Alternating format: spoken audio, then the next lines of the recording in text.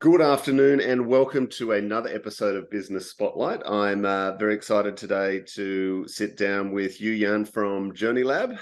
Welcome to the show. Thank you for having me. You're very welcome. So tell us a bit about Journeylab. What is the business? What does it do? And what customers does it serve?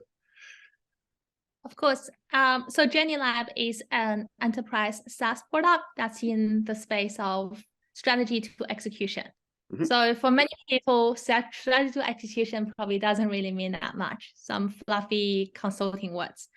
What it means is to imagine a world where a company trying to move from today to tomorrow, having a clear goal and a plan in place. But guess what happened normally? People start to lose track of what's really going on. They start losing directions in terms of what they're trying to deliver. So what companies actually need at this point is not a macroscope that helps them to look at what's in front of them, but a telescope that helps them to look at what's far away, what's holding everyone together, what's really the North Star of their company. So that's where Journeylab plays in, where a SaaS product that's built on proven approaches and practices that's coming from 200 different organizations. And we distill all of these into a platform that's not only nimble and flexible to use, but also trying to scale an outcome-based ways of working. Fantastic. I like that. You said two things there that were really cool, was the going from today to tomorrow and the microscope and telescope. Like that. Very good. Very good. So who's the typical client of Journeylab? Yeah, so from a customer segmentation point of view, we generally serve companies starting from mid-sized to large organizations. Mm-hmm. So apparently, according to the social science, 150 people is where the limit at, where informal relationships stop working, and where you need a bit of a structure to really help with the collaboration being effective. So that's our starting point. And in terms of who we generally serve, the people we talk to are, people who are accountable for delivering the change or transformation agenda in the organization. So it can be, a PMO, or these days it can be a video, like a value delivery office. It could be the GM transformation and going all the way to your C-suite or even the board sometimes who are involved in the oversight. Okay, so how old is the business? We are just over 2 years old from a operations point of view. But that being said, it has been a bit of a bumpy road for us, up and down, and we had to do a major repivot late last year. So we will say with a recent release, we're only 6 months old. Awesome. Can you elaborate on what that journey's been from, starting to pivoting to now? Yeah. Yeah, of course. So I met my co-founder. It has to be going back a little bit more. So I met my co-founder Paul when we were both in consulting. We leave this problem, really felt the frustration of having so many strategies just sitting on the shelf and organizations not having the right mindset and capability to deliver on their goals. So we started Journeylab. But being first-time founders, as you can imagine, we know a lot of stuff, but we didn't know how to execute it well. So our first startup, our first journey, I would say, is, we've been doing the same mission and problem statement, but our first version had some early success, had some paying customers, but we also made a lot of mistakes in terms of sitting in the dark room, trying to figure things out ourselves without talking to people, and doing a lot of things inconsistently, like product management or go-to-market. So even though we had some early success, we're also down to a point where we realized we couldn't fulfill our promise. And for us, that was detrimental. And then that's when we had to make a decision whether we want to continue on, whether we want to repivot, or what to do with it. And then this is where we decided, okay, we have to almost like reverse back to some of the decisions we made previously. And then that's where we have gone through the entire re-platform starting from late last year, where we not only redid our product significantly, we also strengthened our processes, talked to a lot more people, and co-designed with the real customers and users of the platform. Wow, that's a quick turnaround from making the decision to pivot to get it out there into the market. Well done. Well Oh, thank done. you. But you gotta do it right. Yeah. So you mentioned co-founder there. What do you think are the advantages of being in business with a co-founder, and what are some of the challenges? Advantages, too many almost. I don't know how I could have done this without Paul. Mm-hmm. We're very complementary in skill sets. So I focus more on the business go-to-market side versus Paul is a lot more technical, loves the product. We also have very similar value, but very different style in terms of working.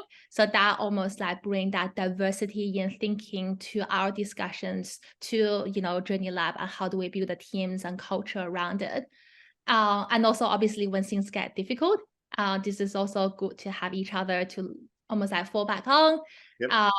At a point when we had to decide whether to repivot or to, stop doing Journeylab, that's when we hold out 48 hours thinking to ourselves, and then we came back to the same conclusion we want to continue. And I think that, having that confidence and that confirmation assurance from each other was really critical to give that, a little bit of a kick to keep on going. Challenges, obviously, everything is always like two sides of the same coin. Mm-hmm. Our differences, obviously, sometimes will result in miscommunications, particularly when we get emotional. We actually rarely fight these days, but we did for 2 weeks ago when we are kind of on the road because we didn't really sleep for a lot. And we were just really tired. And we started fighting with each other until one of us has to be like, hey, time off. We are well-intentioned, but this is not going anywhere. We got to be able to fix this because we trust each other and we can't let this, almost like ruin our relationship.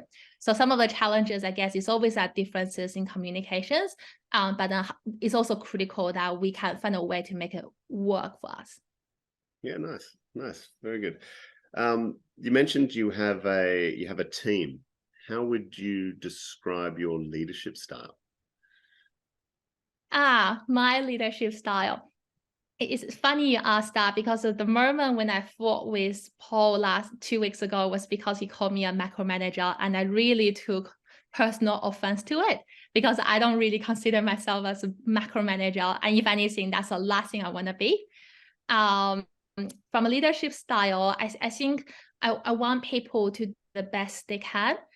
So, it's very aligned to what we built in Journeylab as a product, which is really around how can we be outcome driven? How can we, have that telescope that guide us with a North Star rather than kind of looking at the telescope and looking at everyone's faults. Mm-hmm. But again, to Paul's credit, sometimes when emotion is running high, it's very difficult to do that consistently. So I think going forward, that's still the leadership style that I almost like aspire to, and then to make sure that I actually do that consistently to actually deliver on my own passion and promise. Yeah, fantastic. The what's as an entrepreneur, as a founder, what keeps you up at night? Oh, too many things. I guess the number one thing every founder at an early stage worry about is, can you actually serve your customers well? And that's also one of the things that made us to the realization or pivot for the first time is because we were, just not doing the right things to deliver the right values to our customers. Mm-hmm. We overpromised and under-delivered, right? So, but at the same time, there's always a bit of a journey when trying to get something out with sticky tapes and building everything in the background. So it's like being able to find the right customers that can go through a journey with you is equally critical to get the product right to a point that you can scale. Other things that's probably keeping me up more at night these days is just from a, general runway point of view. Because now we have quite a few people in Journeylab who strongly believe in our mission, great people, great skill sets, but like, I don't want them to worry ever about job security, about, will Journeylab exist tomorrow? So Yep. how do I actually, one, making sure that people have that confidence, and two, always like finding ways to make things work is the second part of it. Yeah, that's a pretty common one, that one. Yeah, okay. So the coach's question: if I could click my fingers and change your world instantly, I'm going to force you into a decision here. Would you prefer to be working less hours, having a bigger, better, stronger team, or more business through the door? Which one of those is your highest priority at the moment? Probably the third one. Okay. Yeah, more business through the door. But then there's a bit of a dependency, because if I have more business in the door, that means I also need a bigger, stronger team as well to actually deliver to it. Because I feel like my current team they're fantastic, and we can definitely make things work. And then obviously I want that positive cycle in terms of generate more business, building a bigger team. Everyone gets a more, return out of it, and then more business again.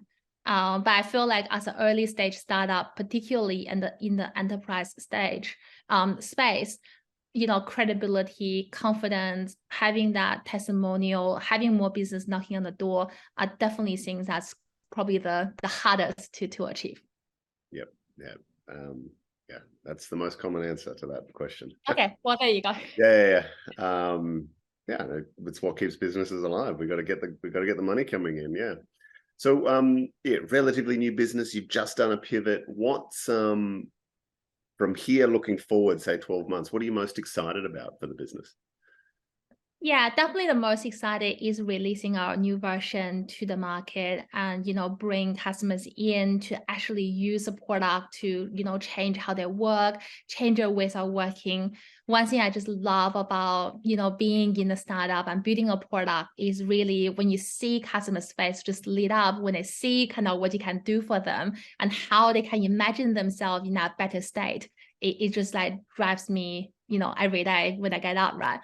And then 12 months from here, I really wish that we have some really strong marquee accounts, really some, demonstrable benefits that our clients can realize and we can also quote on. Some, referrals will be amazing, because then that's how we actually build up the customer base and making a bigger impact.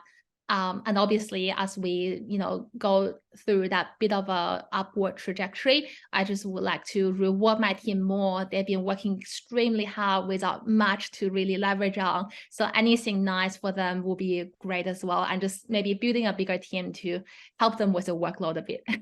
Yeah, fantastic. And what being a SaaS business, what trends do you see as being, I guess, both opportunity and threat for your business? Yeah, from an opportunity point of view, because we're in that transformation space. So right now, obviously, a lot of cost cutting, a lot of transformation happening.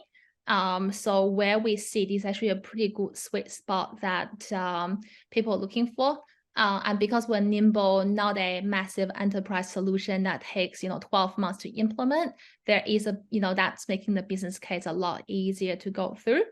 At the same time, that's also a double-edged sword, because a lot of like I think I heard from the SaaS podcast, like there's on average 110 SaaS product that's being used by any medium-sized business.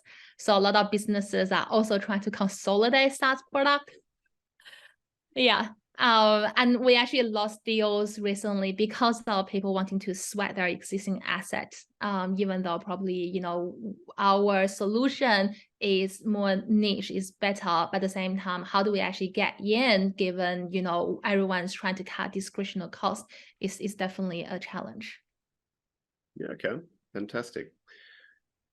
Okay, so just before we wrap up, I want to tell the viewers, look, if you experiencing those challenges of your brainstorming, you're strategizing, your change initiatives, and they just go on the shelf. I urge you to check out Journeylab. I'll put the details in the show notes below.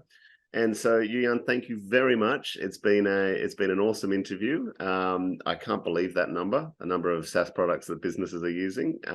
But yeah, great insight, and congratulations on the fast growth and the early pivot. Well done. Thank you for today. Thank you so much.